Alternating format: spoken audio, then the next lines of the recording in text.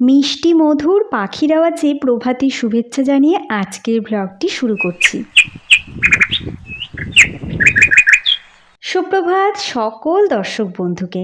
নমস্কার দর্শক বন্ধুরা, আমি পিয়ালি চলে এসেছি পিউ ভিউ ব্লগ চ্যানেল থেকে। বড়দের প্রণাম এবং ছোটদের ভালোবাসা জানিয়ে আজকের ব্লগটি শুরু করছি।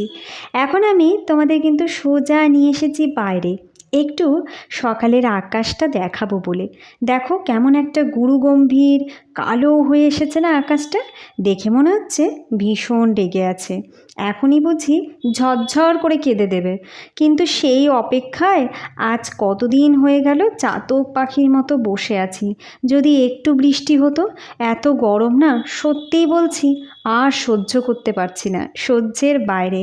যাই হোক, একটু দেখো হাওয়া আছে, সকালে গাছের পাতাগুলো নড়ছে, তাতে খানিক স্বস্তি পেয়েছি। এবারে তোমাদের দেখাই রান্নাঘরে